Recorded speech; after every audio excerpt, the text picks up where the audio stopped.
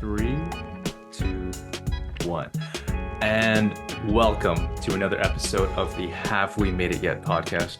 I would love to know exactly which episode number it is again, but it's 80 something. My name is Lucas.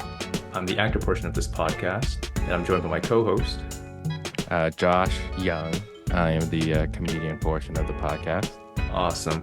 If this is your first time listening, this is again the Have We Made It Yet podcast. It's the podcast where two creatives and their guest talk about the process of making it. Josh, I mean, we have a lot to get through, but like at the same time, I do want to jump right into it though. I mean, it'd be kind of silly if I didn't ask you this right off the bat. So, Mr. Josh Young, Mm-hmm. have you made it yet? I have not made it yet and I had to check on Spotify. After 83 episodes, this is the 83rd episode.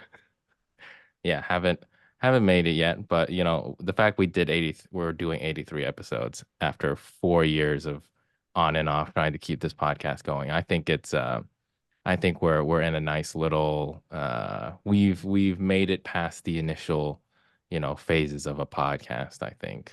In the longevity and the experience of it, in the plot of it, may not, be breaking the box office in terms of viewership or anything yet, but like, you know, you know, but it's a growing process. These things are on YouTube and the internet for a lifetime. So, who knows? The value may be seen in generations to come. I'm not self-aggrandizing our place in the world and in people's lives, but who knows?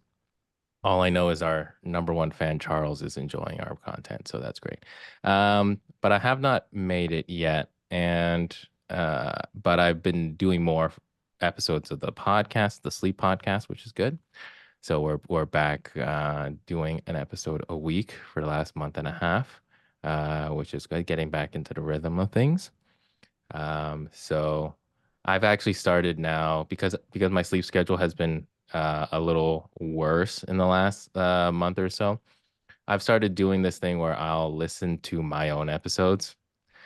And before I didn't want to because it felt too like masturbatory to be like, oh, I'm gonna listen to myself read things to make myself go to sleep. There's just something incestuous about it, but Yeah. hey, it works. It works more. Like before, I was like, would I be too nitpicky to it because I kept myself from listening to it for such a long time? Hmm. But now I'm like, yeah, I don't remember.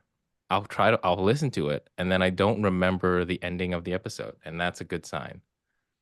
That's a good sign. So, you know, Damn. let this be an additional review to all the listeners. You should sleep with Josh because it'll it'll give you a good night's rest. Good reviews, good reviews. You literally attested to your own supply. So, Yes, yes. I slept yes. with myself, which is what I do every night. Um, but outside of that, comedy, I want to hopefully get in another show again, but I think I'm in a more of a comedic kind of lull of finding Mm. that funny feeling or the funny bone or whatever again. Hmm. But hopefully we'll have some more shows of that coming up. And the Ambi app is going. It's coming along. We added in a 7-day trial now, so that's nice. People can give the premium catalog a try, and we'll have like links for that. So there's a bunch of stuff. There's things going on. There could be some more things, but that's kind of what's going on now. Lucas, since the last time we had this episode, I think we Yeah, had yeah. kind of like a big some big updates as well. So Lucas, for you, have you made it yet? You know what, Josh? I think it's a running theme, man. I think we're gonna be 2 on 2 on this one. No, I have not made it yet. Um, but I'll be honest, like, dude, kind of killing it at work right now. I might have jinxed myself, Ooh, but number one on the sales team, number one, baby. Number one. nice, nice, nice. Yeah. It's always Uh, best from atop the mountain. yeah, yeah, on top of my professional industrial mountain, Hmm. among all the other mountains that there are in life. But also at the same time, kind of a crazy July because we're recording this on August 12th right now. Mhm. July has been also awesome too, which we will get into with our next guest because he was a big part of that making it moment at the same time. And also, I didn't tell you this, Josh, but I had another short film premiere. The film that I filmed with Steffi Tupi, a Right? Oh, former guest that we had on this podcast. yes, Her yes. her That short that was film. that was a while ago. Hmm. Yeah, her short film came out, which I had the pleasure of acting in about 2 years ago, and it finally came out, and it had its premiere in Toronto. So hopefully it makes its festival run later this year, and maybe I'll be out in Toronto to see it with the cast and crew. I think it'd be really cool. Wow. Amazing. So it's just been cool. It's like, a lot Yeah. of mountains that are climbing up right now, and in addition to that, I'm running lots, so I feel great physically. And Mm-hmm. fingers crossed for no injuries, no mental, no physical injuries. So we'll keep on going with that. Um, Josh, we have a third panel today. Yes, we do. Yes, we do. Okay. Mhm. All right. I just need to get my notes set up here. Okay, I'm gonna turn my head here because I can't memorize everything that I'm gonna write. So, on our guest today. I first met our next guest in the most random of ways. I had just moved back to Vancouver in 2022 and wanted to make sure I hit the ground running with introducing myself to the film community there. I found out about the Run and Gun Film Fest and submitted myself in their actors database so I can hopefully work with a director in one of their films.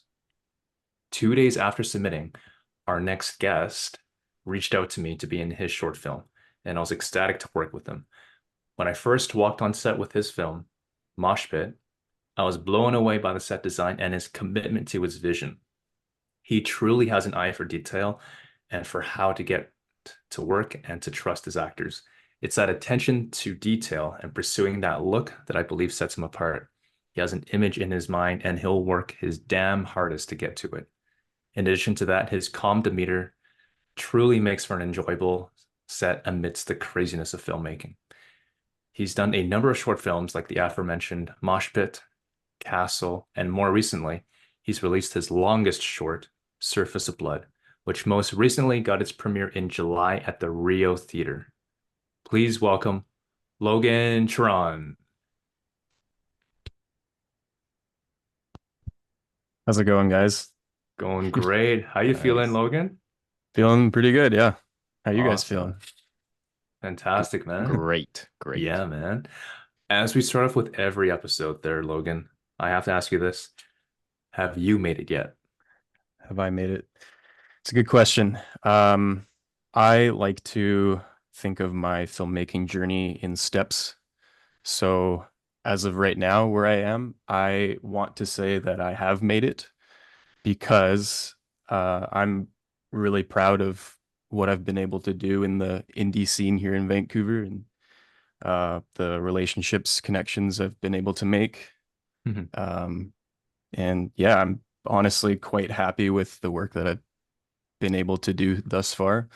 Of course, there are more goals and more films and stories to make. So, um, I mean, I don't know if there ever will be like a true end goal with all of this, but Mhm. especially coming off this premiere that we had for Service of Blood, um, it was such a long project to work on, and it feels nice to just kind of settle for at least a little bit. Mhm. Hmm. So yeah, I'm very happy with the stuff that I've been making. So I like to think that I've made it. Awesome. If you could just expand on that, making it aspect, as you had said it in certain steps and everything. Mm. Um, my follow-up question doesn't really work in terms of how you answered it initially, but what would be some of your key moments thus far, and also looking ahead of your making it moments? What would be your it in making it? Um, I'd say making it for me is just having like this all these the especially the recurring people I've been able to work with. Like Hmm. that's one thing that I tend to do is work with the same actors a lot and a lot of the same crew people. So having that, just knowing when the next project comes up that I have people I can come back to, is a really good feeling. Having that support, especially as like a producer, director type person. I just know that I have people I can reach out to and Mhm. count on in ways. And, sometimes schedules don't line up, which is fine. But, being a part of like the run and gun community and recently making it into the semifinals with my short and just being a part of these independent filmmaking competitions and screenings and things that are happening, just for me, being a part of it at all, to me is making it. Because I mean, uh, for like, I didn't even know really where I was going to be going when I started this journey or what it Mhm. was going to look like. So it's been fun. I mean, that's really it, I guess. Love it. Love it. I want to start off from the very beginning. Well, I mean, it's not the very beginning. I don't know when you were born, like where you were born and all that stuff. Yeah. But so we were just reading in different interviews though that you started your filmmaking process as an editor. But what was I guess what was the thing about being an editor that made you eventually want to become more of the director role? What spurred you as an editor that made you want to become a director? That's an interesting one to think about because I had really started to take my editing career seriously right before COVID hit. Oh. And at the time, I was still in school. I did not really know many people. Mhm. I all that I knew was I wanted to edit at all. Mhm. Narrative films, like music videos, ads, anything that I could get Nice. my hands on. That's what I wanted to do. Um, and uh, Sorry, can you tell me what your question was again? No worries. Lost my train of thought. Like, no worries. Like, Oh, how what did was it? the transition to directing? Yeah, yeah, yeah. Well, yeah, so kind of getting into that during COVID, um, we were all stuck inside. I didn't know what to do or how to meet people, so I thought I'll just start making my own stuff. Like I'll write a script, I'll get some buddies together and like let's just make something because I don't want to be just sitting around doing nothing for too long. Hmm. So that's kind of how it started. I think at the time it was an interest to write and direct, but it wasn't something that I thought was gonna be like realistic or even feasible, I guess. Like I Hmm. didn't really know how to get into doing that, but I don't know, maybe COVID helped with that, with just being on lockdown and stuff. It gave me a lot of time to just think and just I was like, yeah, even if this isn't like that good or like not big production or anything, like let's just make something. So did that first film, Sanction, and I loved it. Caught the bug. I was like, I got to keep doing this.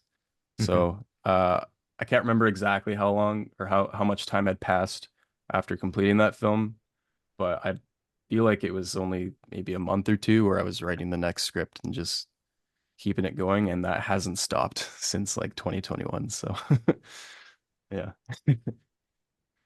You generally have that stamina, Logan. That's one of the things that I did want to like say later on in the interview, but like in terms of your efficiency, speed, and commitment to finishing not just the filming part, but all like the post work after, including making sure that we all get our IMDb credits.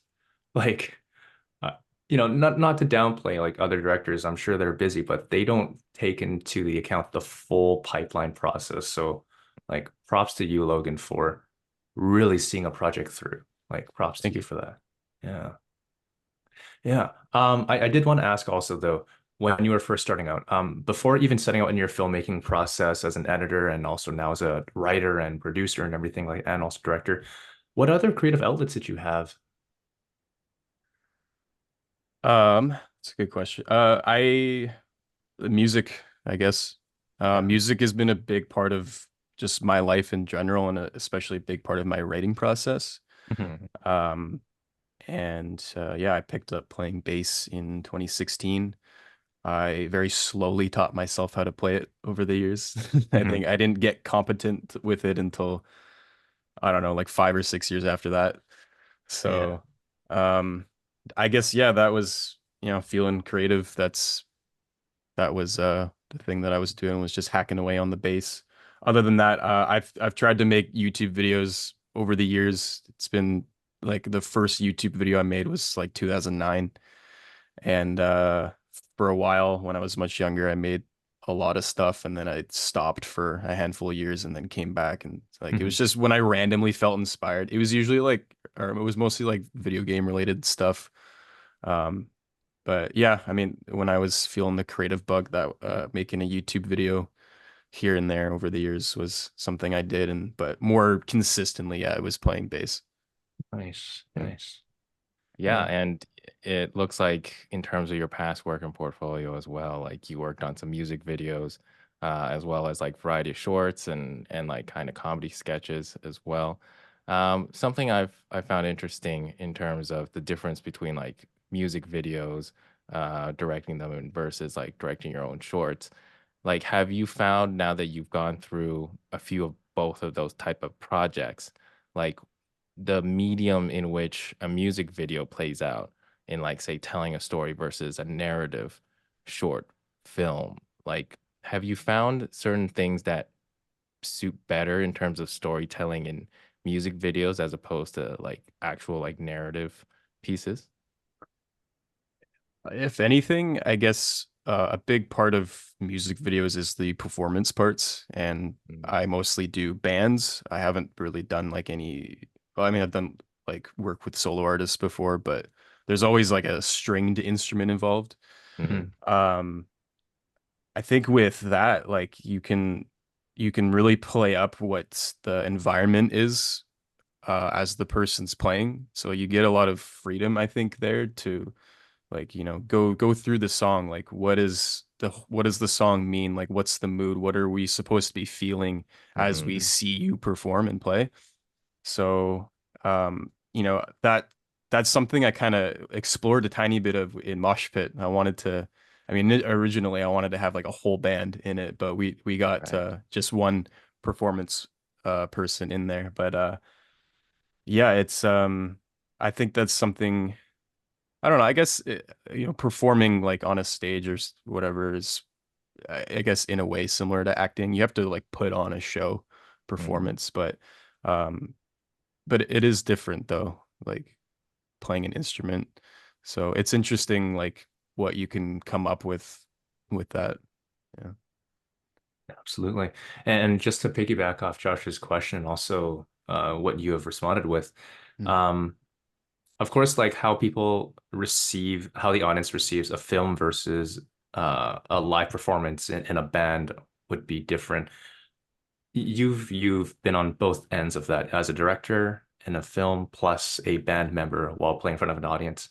How have you managed to, sorry, how does it feel to be different on both those ends as you are seeing an audience receive your work as a director versus being on stage and then getting that immediate response from an audience? How does that feel to you? I personally, I think that I absorb the feedback from a film screening a lot more Oh. when I was playing on stage. I don't know, like doing that wasn't really like a passion of mine, I guess, like Mm. the actual performance part of it. Mhm. So when I was playing on stage, I was really just focused and honed in on what I was doing rather Yeah. than how it was being received. Yeah. And trying to have fun and stuff. So um Mhm. it's yeah, I don't know. Um yeah, it's different feeling, but I guess Mhm. like I've definitely absorbed more of the feedback from a film screening. Oh, I don't man. know. I feel like a lot of the shows I've played have just kind of been blurs. Like you just kind of do it and then you get off and the next band comes on and it's a really fun thing to be a part of. But Yeah. I guess as I'm doing it, it's just Mm. I don't know, just like doing anything else, I guess. Exactly. Exactly. Yeah, you Um, mentioned in terms of like say music being a big influence into your process with the short films and directing. Since you did start with an editing background, I find it interesting as to like when you're editing your pieces, are you using the music is it more like the music is informing your editing choices, or your editing choices are there and then you kind of adapt musical elements around that? Is there or is it like a balance, like a give and take? I'd say I more so focus on the edit and then the music will come Mm, after. Yeah, in the edit especially, yeah. I okay. hear you. I hear you. Yeah, it's always hard to, yeah. I always seem to find that with your writing in particular, it's dialogue heavy. And it's for a good reason too, because you really want to push a lot through. And that's why it's always been so fun to work with you because man, it puts my mind on a spin to try to like make sure I understand ingest and also display that dialogue as you had intended it to be. I do want to talk more about your recent work and everything.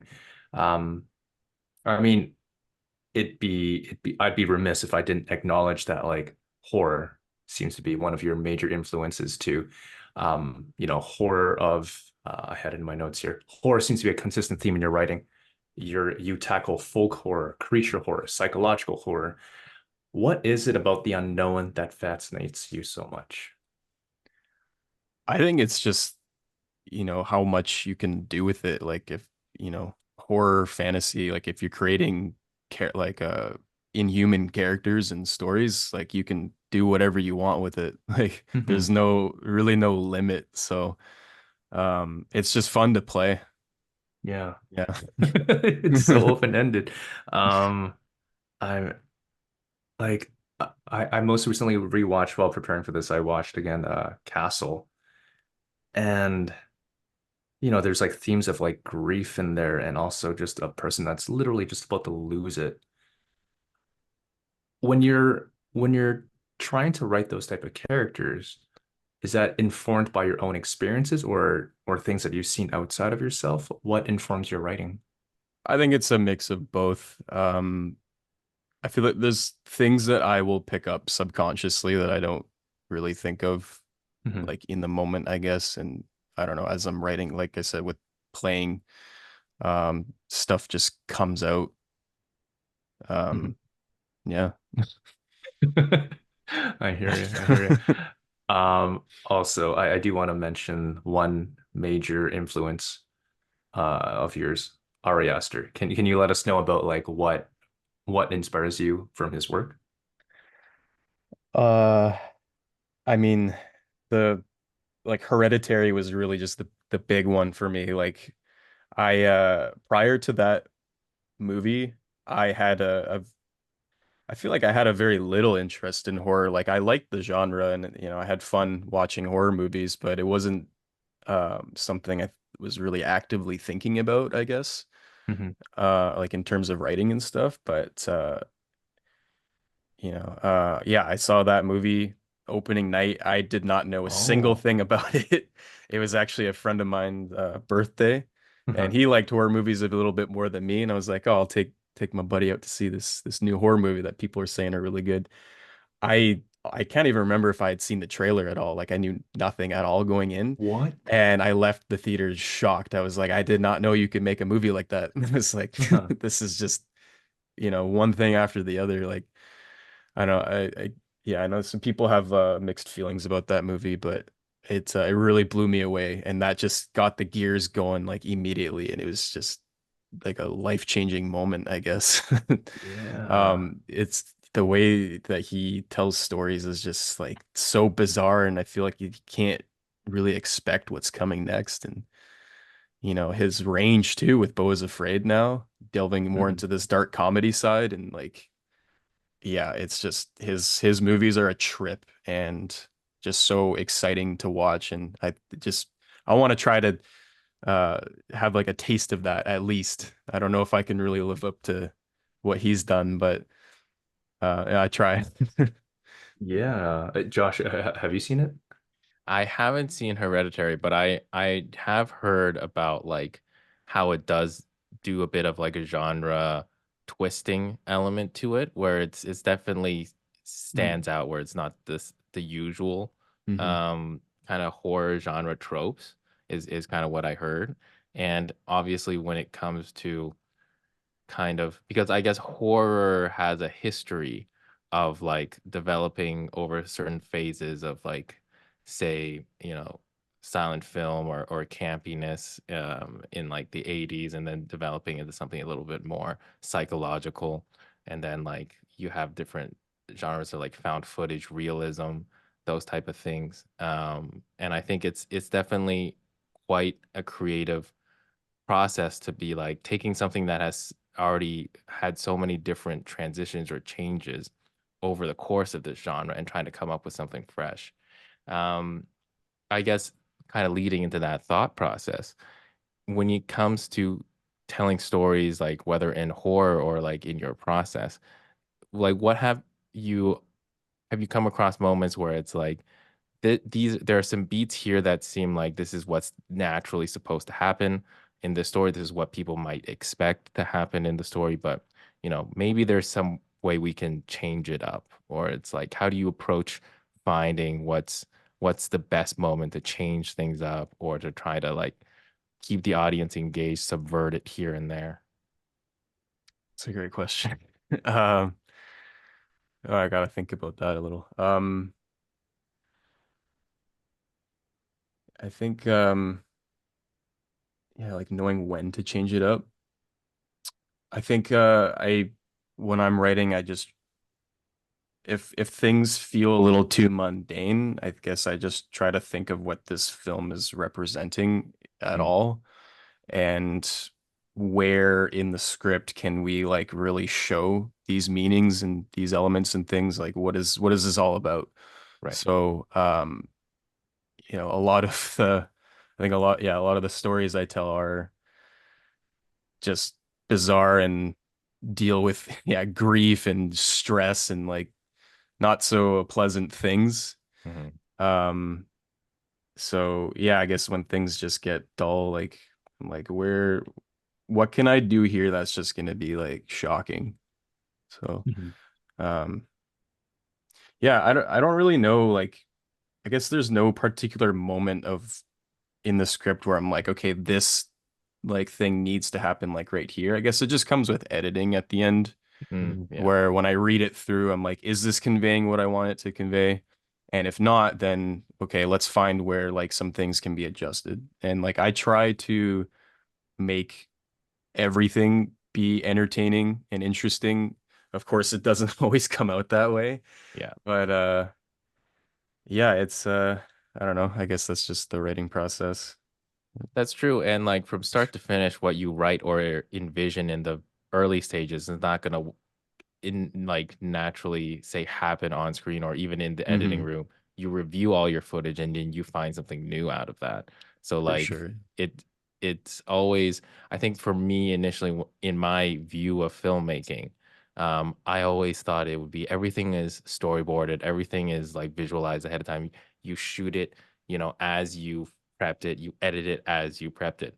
But then the more I've like learned about the filmmaking process or talking to people, it really seems like because of the collaborative process, everybody has different ideas. You got to be able to like adapt and find the right one, especially when it comes to editing, because then it's like sometimes the decisions you make while you're filming is not necessarily going to make it to the editing floor, et cetera, et cetera. 100%. Have you had like a moment where you had to edit something out that like you really liked, but it just didn't, you realize like maybe it didn't fit, or is like something that you thought was small and then it turned out to be so much more important in the editing?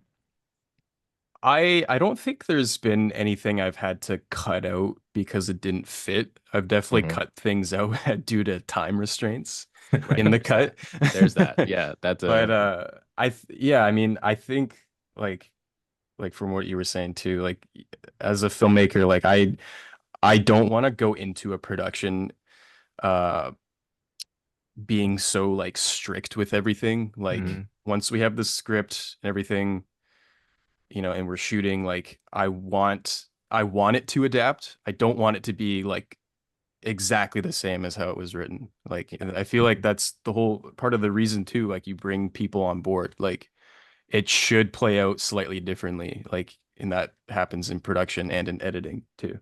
Mhm. But Yeah, there has been some moments for sure, like in editing, where I realized that just like if it was something comedic or whatever, that it just came out funnier than I was expecting, Mhm. or more scary too, even if it was like a horror thing. Like, yeah, those moments definitely come up. I recall like, yeah, Surface of Blood, like there was a lot of jokes in there. A lot of them were kind of weird jokes, or like weird as in, I guess, I don't not so like slapstick, but a little more like obscure, dark humor. Mhm. And yeah, in the edit, some of that stuff just came off just so funny to me, like more than I could have even hoped for. So I have my cast to thank for that too. Yeah. Yeah. Yeah. Hell yeah. Thank you for that segue right there, because we do definitely want to touch upon your biggest film that we shot together.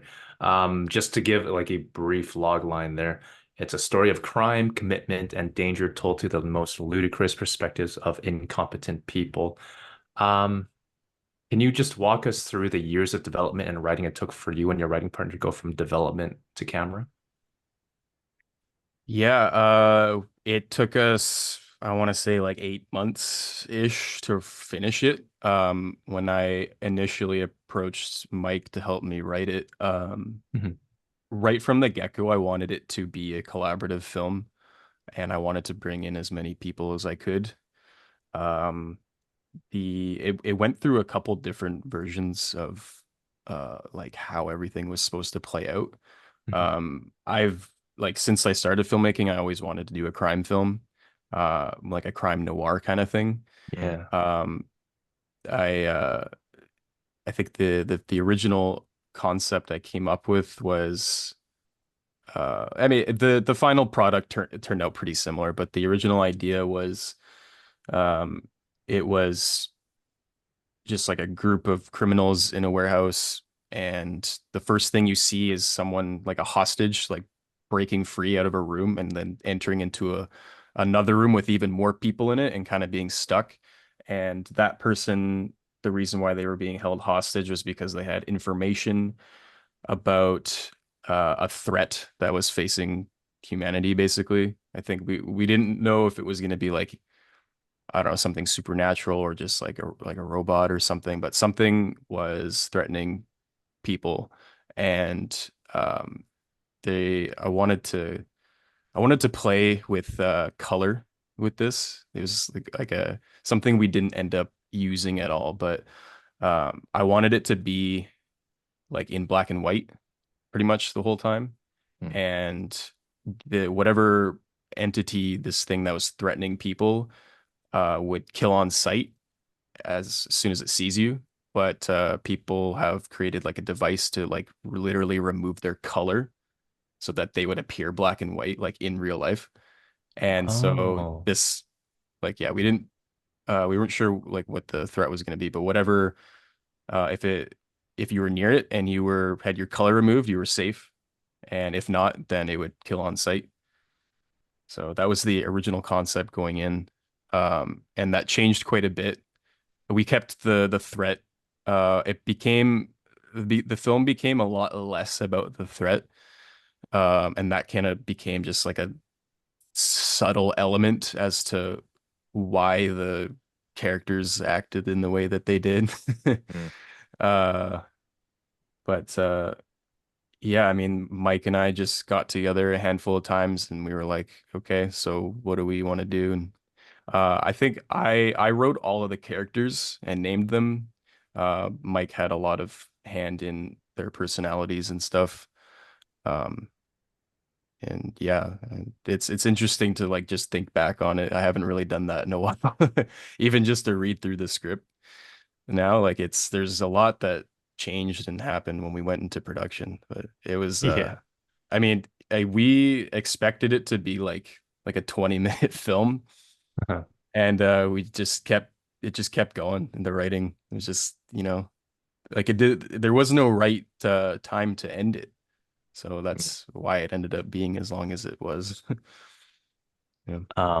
Although you did not mention it probably because you're too modest or anything like that. But Josh, I think I told you before, but it was Logan's film that he even though I had broken my leg and everything like that, that he, Hmm. on the day that I was wheeling into my MRI scan, I messaged Logan. I'm like, oh my God, Logan, I am so messed up right now. I don't think I can be in your film.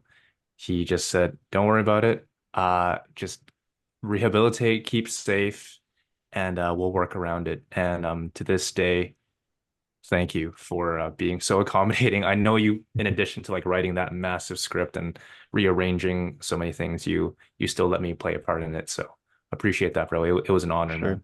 Yeah, Thanks, man. I couldn't think like imagine the film without you. Oh, bro. Like it was easier for me to create another character than it was to like replace Lucas. Oh, bro. Oh, Yeah. thanks, man. And just a few more questions about Surface of Blood there. Mhm. Uh, of course, like you had the major challenges of like, ha adding on people and then making new scenes and everything like that. But what were some of like the top two best moments that you did have while on production of that film? Top two? Is that what you Top said? two, yeah. Okay. Uh,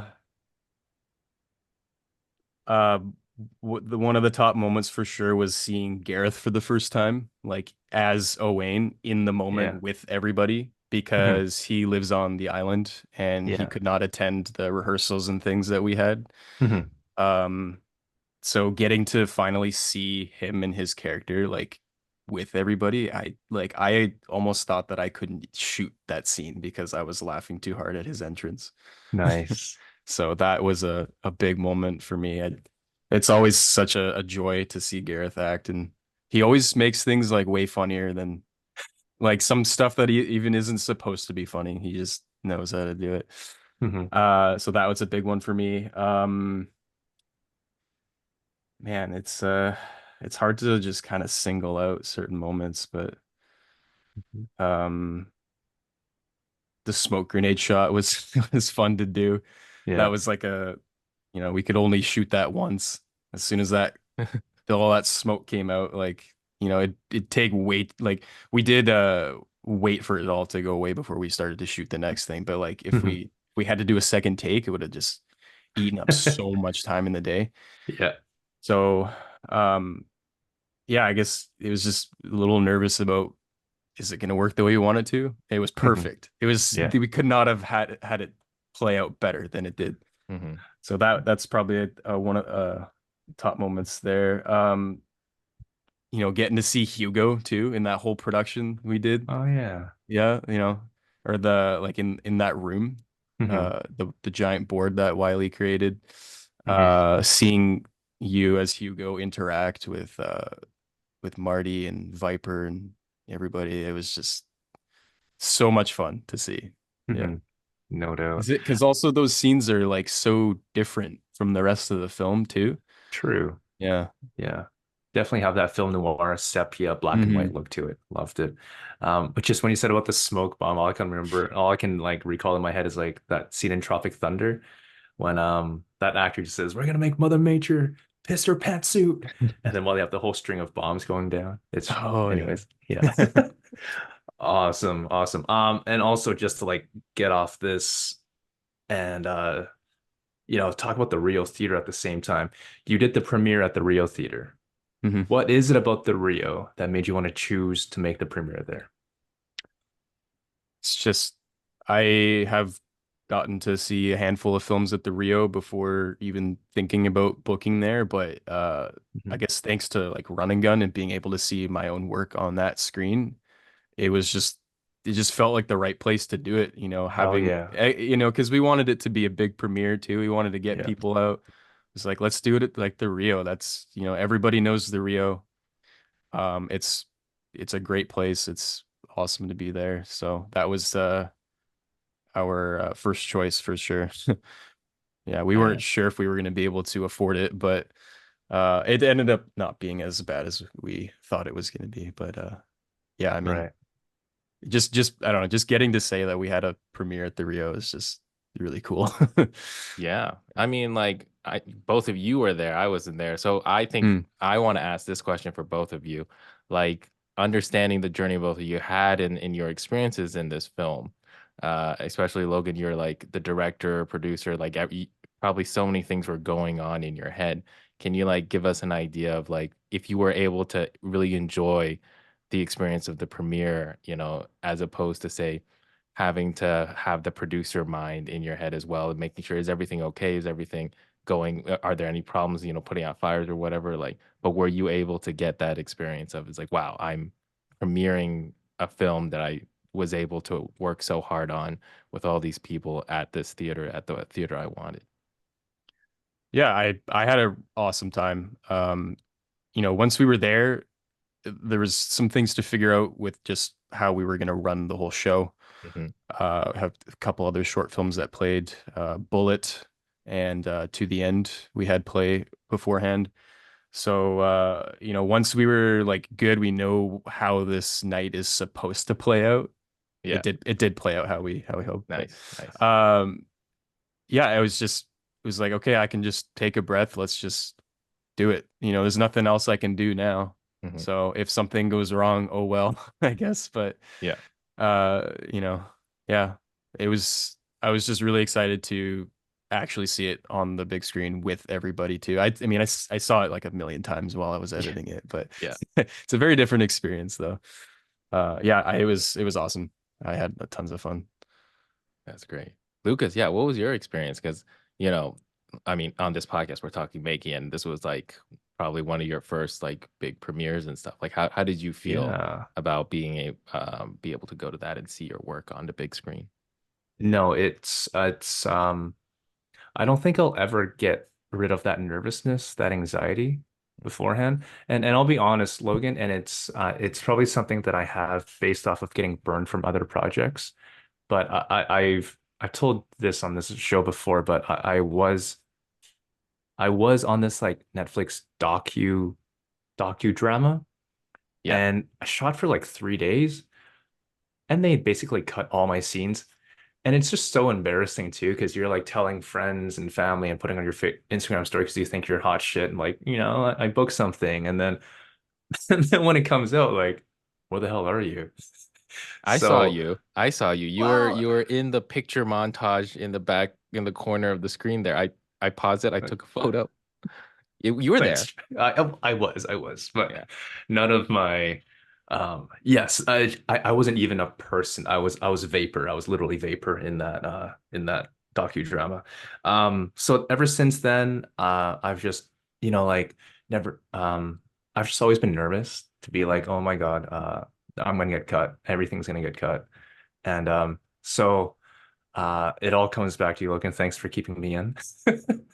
Thanks for keeping my scenes. I hopefully I added more to the film and everything, but it was just incredible seeing everyone again, the Mm, whole cast and crew that was there, and to be up on stage and to just give everyone the biggest hug in the world because everyone really put so much effort into it. And if anything, no matter how it goes, it's just a celebration of our work and time and to commemorate everyone's um, you know, all their efforts. The after party was incredible too, to just see everyone. So altogether, it was one of the best nights possible. And I wouldn't, nothing can probably match up for it right now in terms of them making it struggle right now. So it was one of the best nights. Yeah. Yeah, I'm glad you had fun. Yeah. Yeah, Thanks, thanks man. for being there. No problem. Happy to do it. Okay, we're almost about to wrap it up there. But in terms of, you had alluded to this like during COVID and everything like that. But at least my last question is, COVID, we were asking these people this question because they had a lot of time to like self-reflect and everything like that. But based off your years in editing, directing, filming, everything else, with this whole creative process, what have you learned about yourself? Wow. Um, what have I learned about myself? Wow, that's a good question. Yes, this is the I therapizing portion of the podcast. It's like, yeah. how do you feel How do you about feel? everything? Yeah. I guess I learned how capable I really am when I when I want to do something, I Yeah. can do it. Um, that's probably the biggest thing. Like, filmmaking is intimidating. There's so many parts to it. Yeah. Especially when you put all of it on yourself, as I do. Like, I've only like recently been like, okay, maybe like I can ask for help here, and you know, but yeah, it's I uh, I think I always kind of knew that I can do the things that I want to do, but yeah, I definitely learned that like I don't need to worry. Hmm, I guess when I want to do something, I can make it happen. Probably the big thing. nice. Yeah. I mean, that's amazing in terms of being able to build that confidence because I feel like, especially as creatives, Hmm. your every moment is gonna get you feel like it's gonna be scrutinized. It's like you can't really just rely on past work just being Hmm. able to ensure your next work is gonna be good. It's like Hmm. everything is like, there'll be moments of self-doubt, anxiety, overthinking. But honestly, getting a couple of those like good projects in where you feel like I've got a handle on this, like that, you know, can help a long way. So it's Hmm. great. It's great to hear that because definitely making it is already just so conceptual. Everybody has their own versions. We've talked to so many people about what their, views of it are, and a lot of times it's always changing, it's always adapting. So you have to be able to like figure out a way of adapting yourself. So Hmm. that's definitely great to hear. Yeah, Yeah. there's always uh things that I think of after the film's done, like, oh, I could have Mhm. done this here or whatever. Like, but I never I don't have any regrets with any of the films that I've done. I don't want to change a thing. If those when those moments come up, I just take them on to the next project. Mhm. Things I can do differently. Love it, Nice. man. Love it. You're enough, man. You're gonna kill it, man. Awesome. You ready for some word association? Let's do it. Okay. Want to intro this, Josh? Sick. Yes. Let's do some word association. So at the end of our podcast for all of our new listeners, what we like to do is play. It's really heavy. Some of the stuff we talk about, we dive into theories and ideas and who are we? Are we enough? And then at the end, we just want to play a nice little fun kind of like game where word association, where Lucas and I will have 10 words each. We'll go through each of our lists, and then after each word, Logan just whatever first comes to your mind. It could be another word, it could be like a phrase, idea, thought, emotion that you have to explain, maybe a memory, but just whatever comes out from that word. We'll just do a bunch of random fire words there and then see what happens. Sometimes it leads to like an interesting discussion about a random topic, or you just be like, one word is like, oh, yeah, that's a good point. Sweet. Looking forward to it. Yeah. You want to go first, Josh? Sure, I'll go first. All Cool. right, Logan, what I want you to do is just breathe in, breathe out, clear your mind. And I'll start with my first word, and then just whatever pops into your head. All right, your first word is family. It makes me think of childhood and the friendships that I've made, and having good times, having bad times. Nice, Yeah. nice. All right, your next word, Logan. Solitude. Solitude. What does that mean? What does it mean? I don't know what that means. Uh, yeah. It, First thing that comes to my head is playing some playing my electric bass without it being plugged in Hmm, on like a rainy day.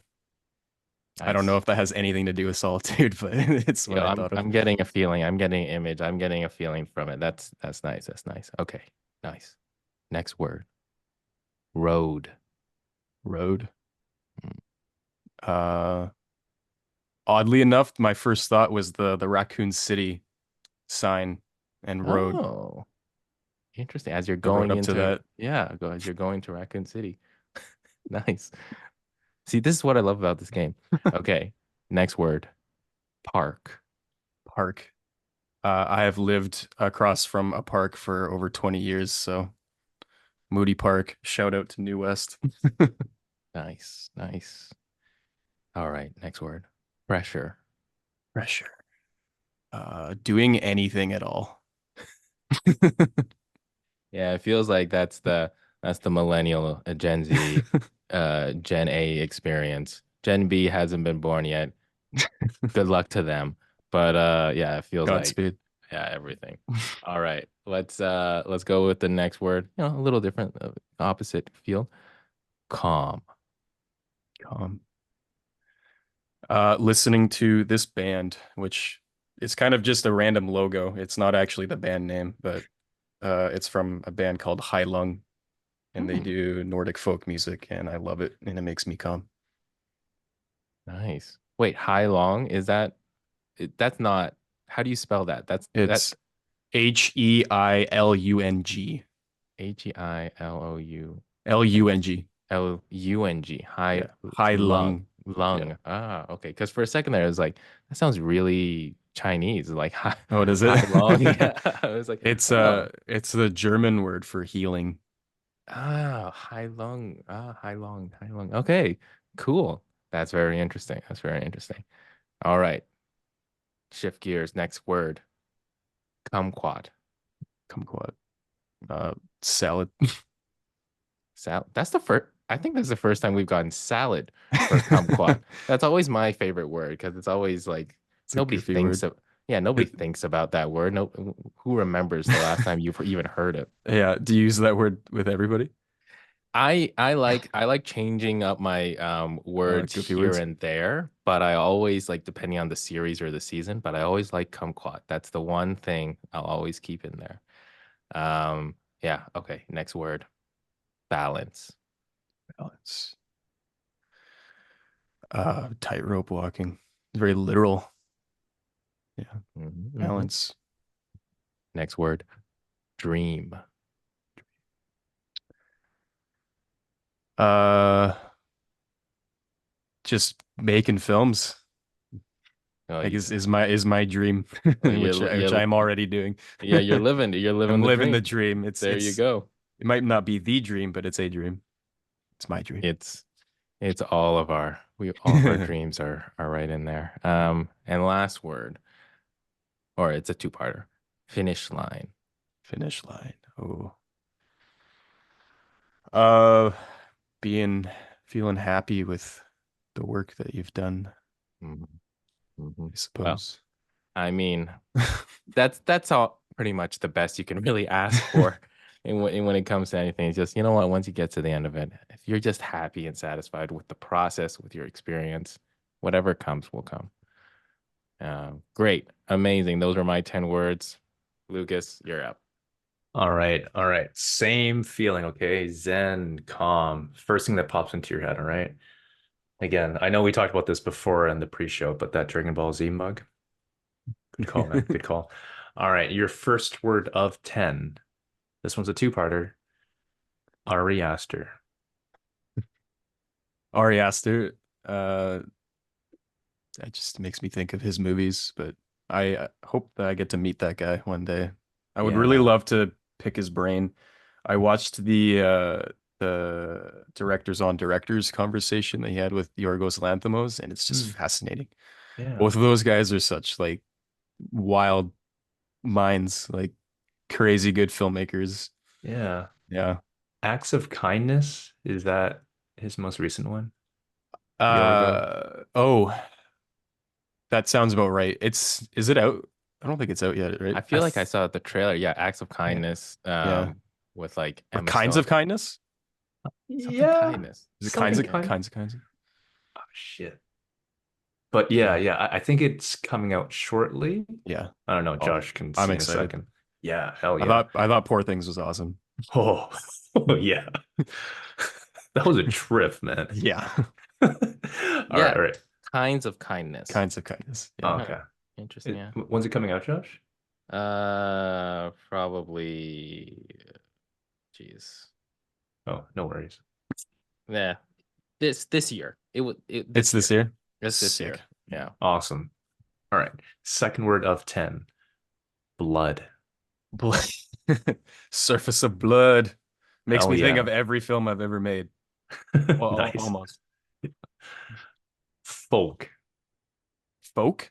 Mhm. It makes me think of Sanction.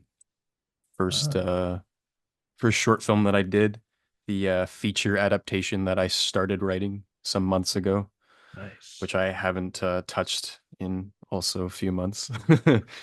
But yeah, Love it. All right. Zen. Zen. Um, over COVID, the game that I would play every morning was Bejeweled 3. And there's a game mode called Zen where you can just the game is endless. Like it doesn't you can't lose. Yeah. So I got up to like level 200 or something. I don't know. I probably went through like 5 levels every time I played it, but Yep. that game it lets you like I don't know if you ever played it, but it lets you like change the music to like white noise or like ambient sounds. Mhm. And there's a handful of different ones in there. It's Bejeweled. yeah. Is that Do the you know one what where that the is? It's yeah, like it's the match three, yeah. oh yeah, and then it like crumbles down. Hmm. Oh, okay, okay, okay. Yeah, Yeah, my dad's obsessed with it. it's a It's great weird. game. All right, next word, metal. Metal.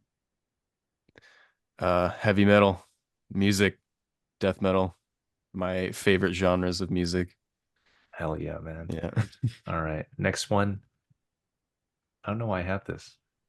Fish. Fish. Yeah, I worked at Cockney Oh, King's Fish and Chips for a long time. that's right. That's right. Okay, that's Surrounded by fish. yeah. It's good shit. Next word, bow. Bow. Bow is afraid. Bow and arrow. Brave, the movie. Mhm. Bro, I love these connections. He's like going all over now. And I did write it Beau. Oh, So like the name bow, yeah. yeah. All right, next one. Oh, I think it's something that you already said, Josh. Calm. Oh. Uh, sorry, I got distracted because there was like an ambulance driving by. Oh, no worries. Next word was calm. Calm. I have this infinity cube. I'm a very fidgety person, so this thing Oh, keeps me calm and keeps me I feel like it keeps me kind of focused, I guess. I can Nice. use it Yeah. one hand, I can do two hands. I have a hell bunch of yeah. these lying around. I have like this other one too the first one that I got that I broke, so it doesn't work too well, but it's a 10 out of 10 fidget toy. Recommend. Nice. All right. Almost there. Next one, nerves. Nerves. Uh yeah, I a lot of the things that I've done, like filmmaking and playing music, the things that I enjoy doing, it has made me quite nervous, especially in the beginning. Mhm. Uh, it's weird. I keep throwing things at myself that make me nervous, like having a giant premiere at the Rio Theater and being on stage and having to say words. Yeah. It's like like right before we went up, I was like, why did I do this? It's like this is just but no, I'm really glad that I did. Like I don't know if I actively search to like do things that are scary, but they just keep doing them for some reason. Bro. And it culminates to this. Your last word is Rio. Rio. I I feel like the Rio Theater, hopefully it will be a recurring thing in my life and just good memories to look back on. Seeing Love it. movies there, having movies there, hopefully. It's like it's a staple in Vancouver. Yeah. Yeah. Man, it's like a homecoming moment, and you earned it, buddy. Awesome. Give it up for Logan. Woo. Awesome. Give Awesome. it up for you guys. Oh, dude. Thanks, man. Thanks, man. Oh, appreciate it. Thanks for Um, coming on. Yeah, thank you yeah. for having me. I guess we're here into the promos phase here. Logan, where can people find your work and where can people find you? You can find my work. I have some of my short films on the YouTube channel Dark River Studios. Also on my Instagram account, which let me just quickly double check that it's the same name. Yeah, we I do don't the wanna- same thing too. I'm like, what did I go? Oh, yeah, it's at darkriver.studios.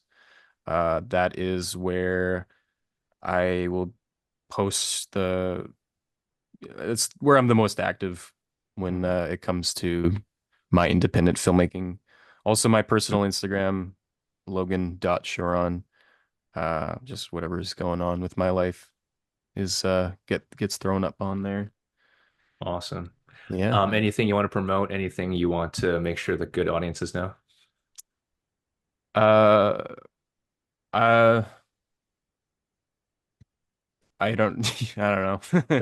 What's Just the, check out check out the Instagram. There's things that happen on there. Yeah, Yeah. what's the next steps for Surface of Blood?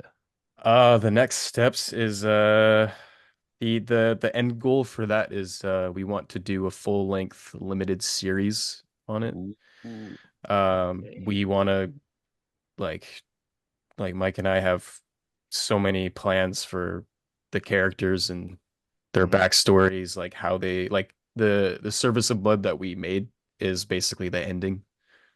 So we want to go backwards and do some more with that.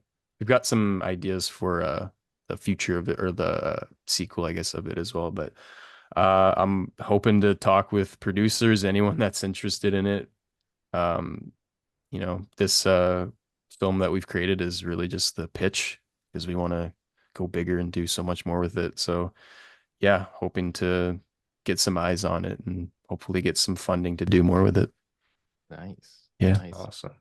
So we got that proof of concept, man. Let's build that universe. Oh yeah, the what is it? SOBCU.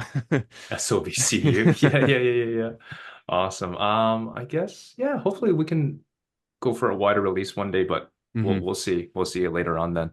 Awesome. Josh, where can people find you? You can find me at Josh Yang Comedy, Josh Young Comedy, across all social media. If you want to listen to the Sleep with Josh podcast, get those, go to sleep listening to the sweet, sweet sound of my monotonous voice. You can listen to the Sleep with Josh podcast on all podcast platforms. And Ambi for your ambient sound needs. Logan, thank you for the lead-in. You can download the Ambi app on Microsoft Store devices for your PC to listen to that. And yeah, what else? Lucas, what are your handles? Everyone can find me across social media. I'm only really on Instagram, so Lucas John Ing. Again, my last name is just 2 letters, N for Nancy, G for golf. If you like what you see and hear, please follow us at HWMIY Podcast on YouTube, Instagram, and also on Facebook. Whoever still has a Facebook page, we're at Have We Made It Yet Podcast on Facebook. All right, let's give it up for Logan one more time. Awesome. Thank you guys. Sweet. Appreciate you having me on. It was an honor. Oh, bro. Pleasure's ours. All right, we'll see you back when we make another episode. When we're back next When we're time. back. All right. Peace. Bye-bye. Good night.